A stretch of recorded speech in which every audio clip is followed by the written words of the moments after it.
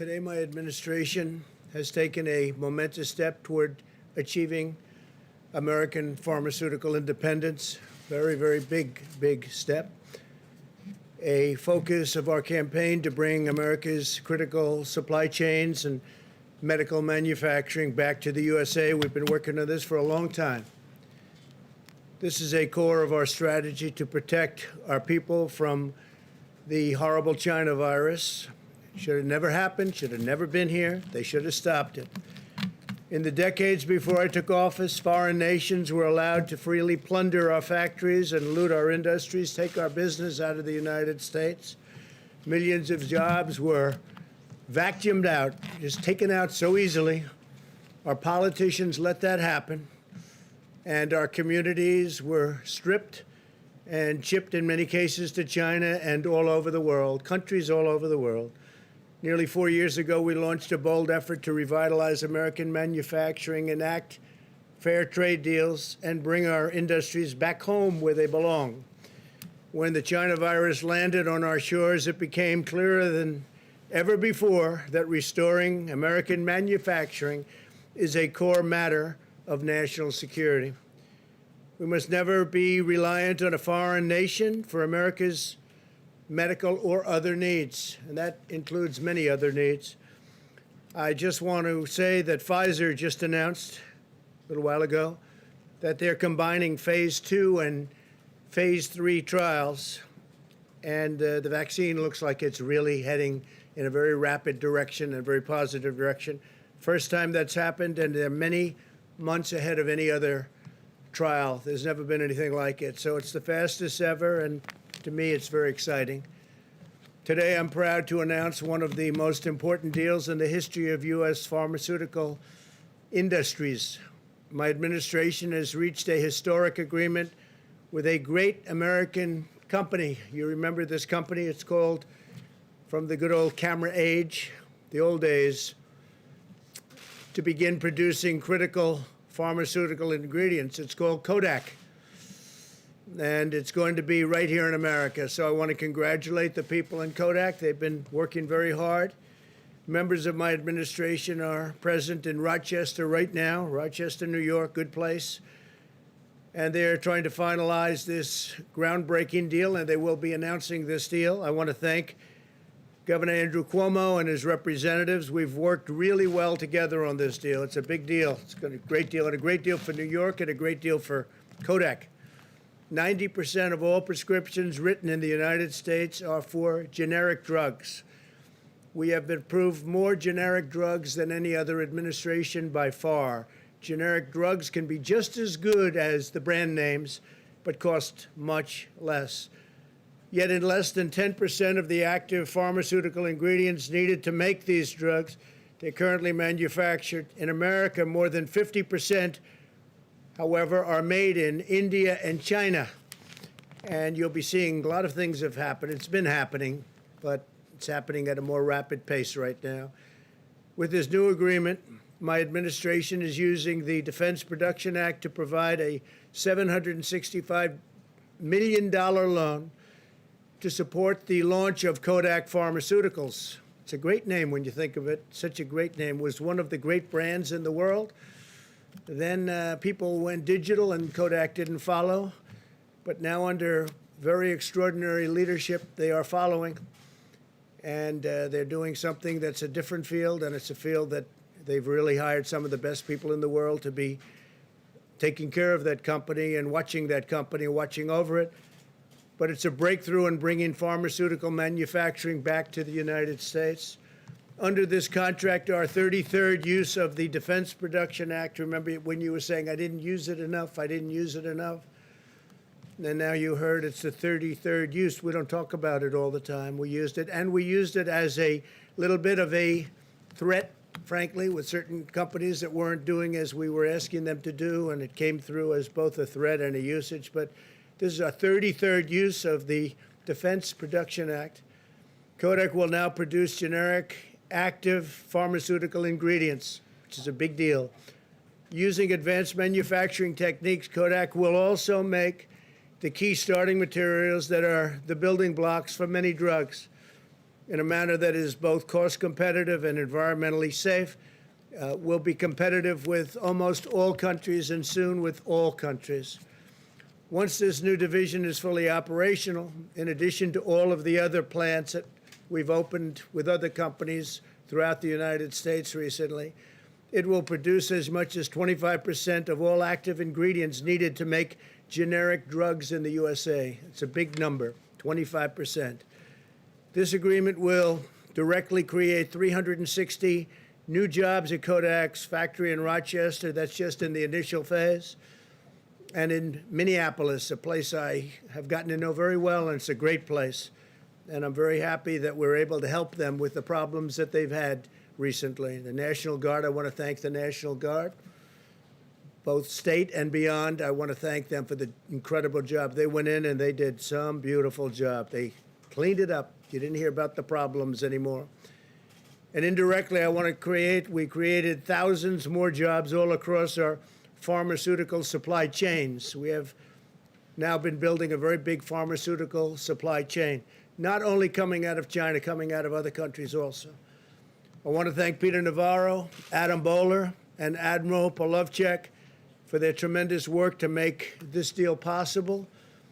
Today's action is our latest step to build the greatest medical arsenal in history. We'll be able to do that through the Defense Production Act and other authorities. We have invested more than $3 billion in our nation's industrial base. We've contracted with companies such as Ford, General Motors, Philips, and General Electric to produce more than 200,000 ventilators by the end of this year, nearly 7 times more than we would ever do in a typical year. We've contracted with Honeywell, 3M, O&M, Halyard, Moldex, and Lidl to increase U.S. production of N95 masks, and we've brought it from less than 40 million a month to over 100 million a month by August, and we'll have 160 million in a very short while, 160 million a month. That's many times what we used to do. If you go back 2 years ago, many, many times. We're increasing domestic production of gloves by 1,000%. It's 1,000%.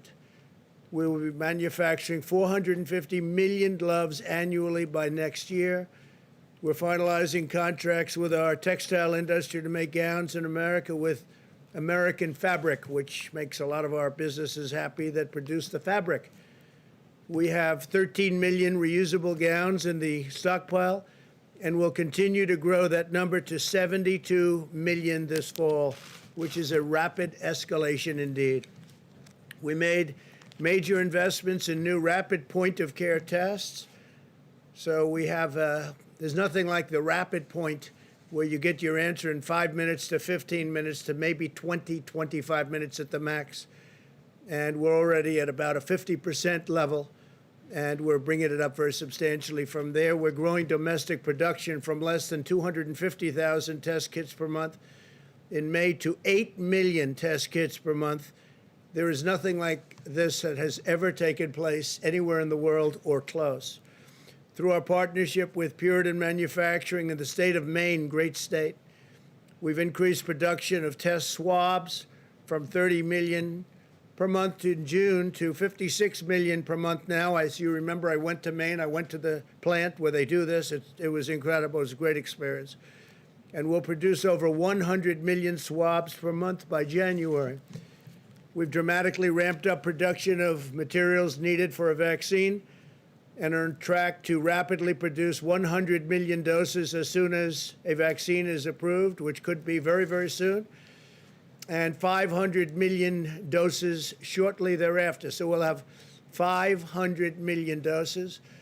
And logistically, we're using our military, our great military, a group of people, their whole life is based around logistics and bringing things to and from locations, and they'll be able to take care of this locationally and bringing it where it has to go very, very quickly. They're all mobilized. It's been fully set up. A very, very talented general is in charge, and when we have that vaccine, it will be discharged and taken care of. It'll be a very, very rapid process all over the country, and perhaps we'll be supplying a lot of the vaccine to other parts of the world, like we do with ventilators and other things that we all of a sudden have become very good at making. When the China virus struck our nation, we mobilized the entire government and the private sector to acquire, source, and deliver life-saving supplies. HHS, FEMA, and the private sector combined have coordinated the delivery of more than 196 million N95 respirators, 815 million surgical masks, 20 million gloves, 34 million face shields, and 354 million gowns. That's a lot of gowns. Last week, FEMA completed a second shipment of personal protective equipment to over 15,000 nursing homes in the United States. Our big focus has been on nursing homes and senior citizens. As you know, that's where we want to take care. We have to take care of the most vulnerable, especially if they have a medical difficulty, a medical problem, in particular heart or diabetes, which provided a total of 1.2 million pairs of protective eyewear, 14 million masks, 66 million pairs of gloves, and 13 million gowns. We have replenished the long-neglected national stockpile. In January, the stockpile had 17.9 million N95 masks. Today, the stockpile has over 50 million N95 masks, and we'll be doubling that in a very short period of time, and then doubling that number. We've shipped more than 14,000 ventilators to areas of need across the country, and we've more than 75,000 available to deploy. Not a single American who has needed a ventilator has been denied a ventilator. And if you remember, early on when we were first hit with the virus, ventilators were very hard to come by. And now we're the largest maker anywhere in the world by far, and not only are we fully supplied and stocked, but we're helping other nations because ventilators are hard to build and hard to get. This is just the beginning. In the coming months, we will continue the largest onshoring campaign in American history. We will bring back our jobs, and we will make America the world's premier medical manufacturer and supplier. That's what's happening already. It's been happening now for quite some time. We're seeing improvements across the major metro areas and most hotspots. You can look at large portions of our country. It's corona-free, but we are watching very carefully California, Arizona, Texas, and most of Florida. That's starting to head down in the right direction. And I think you'll see it rapidly head down very soon. But if you look, California, Arizona, Texas, and for the most part, most of Florida starting to head down. In the wake of the recent mass gatherings Americans have witnessed in the streets of Portland and Seattle, we are also tracking a significant rise in cases in both metropolitan areas because of what's been going on. And we, as you know, have done an excellent job of watching over Portland and watching our courthouse where they wanted to burn it down. They're anarchists, nothing short of anarchists, agitators. And we have protected it very powerfully. And if we didn't go there, I will tell you, you wouldn't have a courthouse. You'd have a $1 billion burned-out building. We're also working aggressively to combat the virus in Native American and Alaska Native communities. Under the CARES Act, we provided $8 billion to address the coronavirus in tribal communities, and we've worked very hard with tribal communities. They're very vulnerable to this horrible plague. That's the largest investment in Indian country in U.S. history. There's never been an investment that big in Indian country. We need every American to help protect our fellow citizens and prevent the spread of the disease. It's critical that younger Americans remember that even though they are at lower risk, and in fact some age groups are at extraordinary low risk themselves, they can unknowingly spread the virus to others who are at higher risk. I ask all Americans, regardless of background or age, to practice social distancing, which people have gotten very used to, but we have to keep doing it. Remain vigilant about hygiene, avoid indoor gatherings and large gatherings, but especially indoor, especially where you have crowded bars, and that you wear a mask whenever appropriate. through the genius of our scientists, the devotion of our doctors, the skill of our workers, and the dedication of our people, we will achieve victory over the virus and emerge stronger than ever before. We're looking at a very powerful year next year economically. The job numbers are looking outstanding, to put it mildly, set records. The numbers on retail sales came in 2 weeks ago at the highest number in the history of our country. So we look like we're heading to some very, very good economic times. That means jobs. That means stock market. Stock market is already doing very well. It's getting to a point very close to where it was when we had this, when we were hit with the plague. So I just want to thank everybody for being here. Steve, please go ahead. Could you clarify your acceptance speech for the Republican nomination? Are you physically going to be in Charlotte, or will you give the speech here or somewhere else? We'll be doing a speech on Thursday, the main speech, the primary speech. Charlotte, they will be doing nominating on Monday. That's a different period, a different thing happening. But they'll be doing nominations on Monday. I speak on Thursday. Okay. From where? We'll be announcing it soon. So you could be going to Charlotte. Anybody have any ideas? We'll be announcing it very soon. Mr. President, Mr. President, the negotiations are ongoing right now for the next relief measures. Senate Republicans have put forth their plan.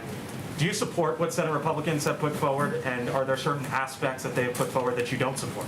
Yeah, there are actually, and we'll be talking about it. There are, also things that I very much support, but we'll be negotiating. It's sort of semi-irrelevant because the Democrats come with their needs and asks, and the Republicans go with theirs.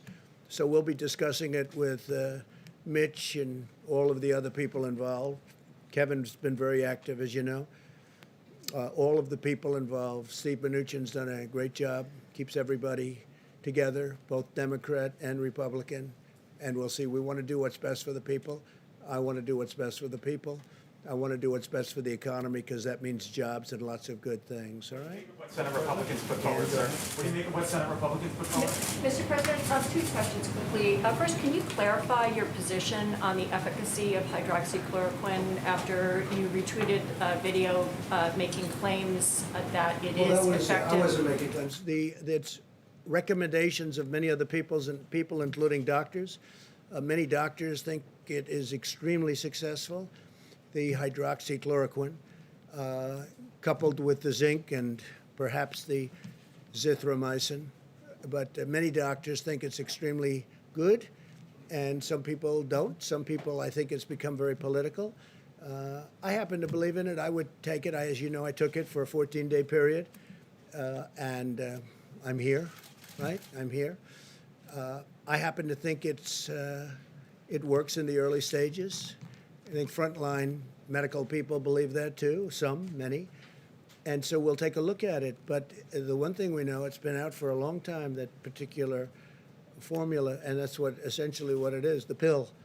And it's been for malaria, lupus, and other things. It's safe. It doesn't cause problems. I had no problem. I had absolutely no problem. Felt no different. Didn't feel good, bad, or indifferent. And I tested, as you know. It didn't get me, and it's not going to hopefully hurt anybody. So we know from that standpoint, because it's been so many years, from a safety standpoint, it's safe. I happen to think, based on what I've read a lot about hydroxy.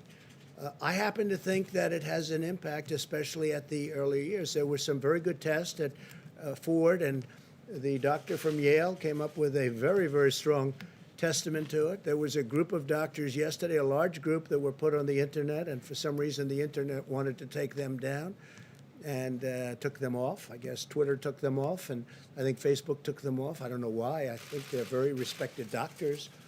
There was a woman who was spectacular in her statements about it, that she's had tremendous success with it. And they took her voice off. I don't know why they took her off, but they took her off. Maybe they had a good reason, maybe they didn't, I don't know.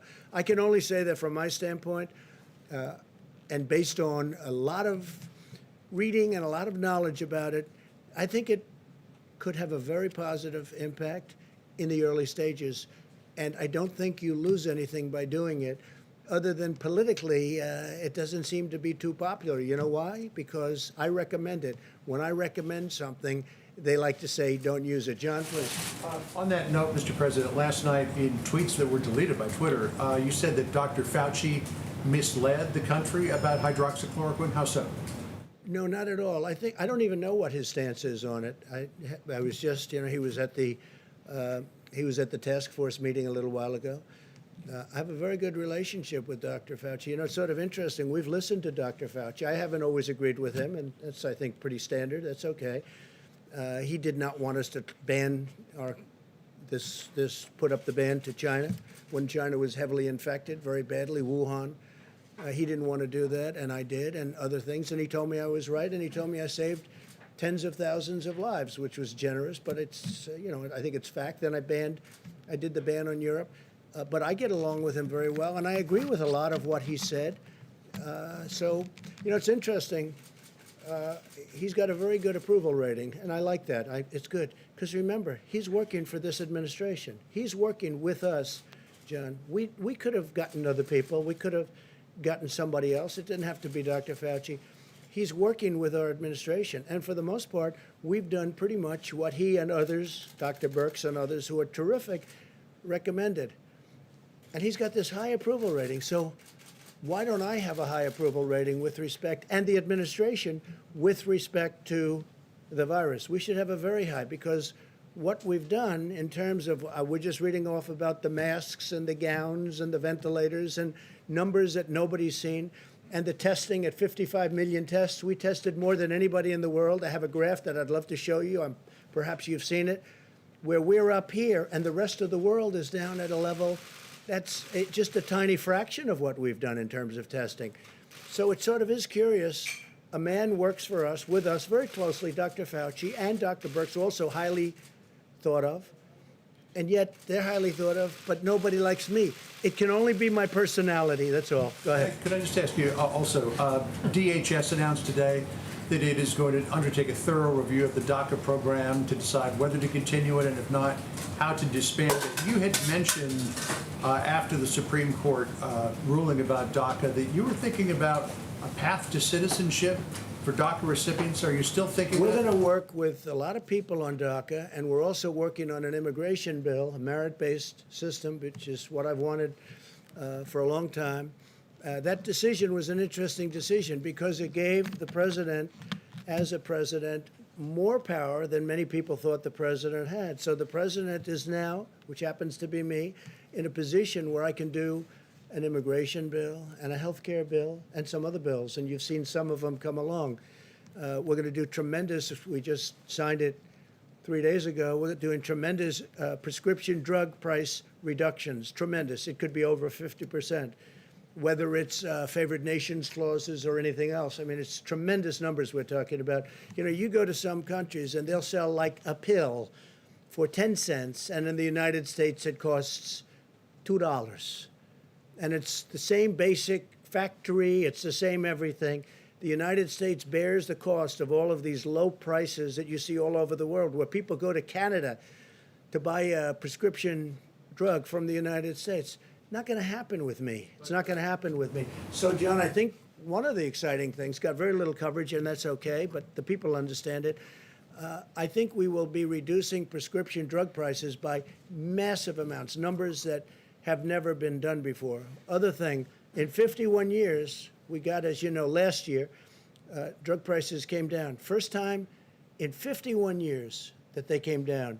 Now, with what I signed last week, I think that drug prices can come down by numbers like 50% and even greater in certain instances. But if I could come back to where I originally started, are you still considering a path to citizenship for current DACA recipients? We are going to make DACA happy and the DACA people and representatives happy, and we're also going to end up with a fantastic merit-based immigration system. Please. Yeah, on the drug pricing, you had said that pharmaceutical representatives would be here today for a meeting to talk about bringing drug prices down or to negotiate. That meeting was canceled. Why? I didn't know a meeting was canceled. Oh, a meeting with the drug... You said there would be a meeting today with drug companies. Well, I said there would be a meeting, a meeting sometime this week, yeah. They want to meet. I mean, I don't know that it was canceled. They want to meet. I thought the meeting was actually scheduled for tomorrow.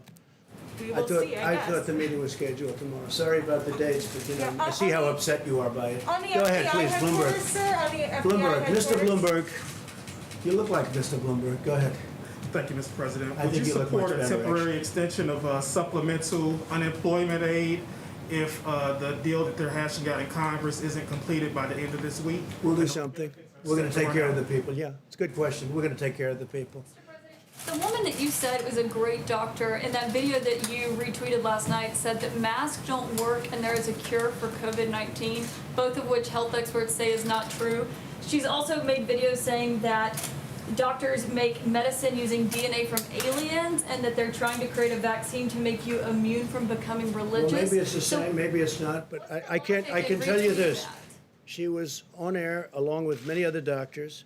They were big fans of hydroxychloroquine, and I thought she was very impressive in the sense that from where she came, I don't know which country she comes from, but she said that she's had tremendous success with hundreds of different patients, and I thought her voice was an important voice, but I know nothing about her. Masks don't work. Yeah, go And ahead, Paul. last week you said Go ahead. masks. Last week, well, real quick. Last Okay, week you said thank you very masks, much, Mr. everybody. President. Thank you. On the COVID relief bill, You said masks do work, Mr. President. So is you that said your retweets get you in trouble, don't you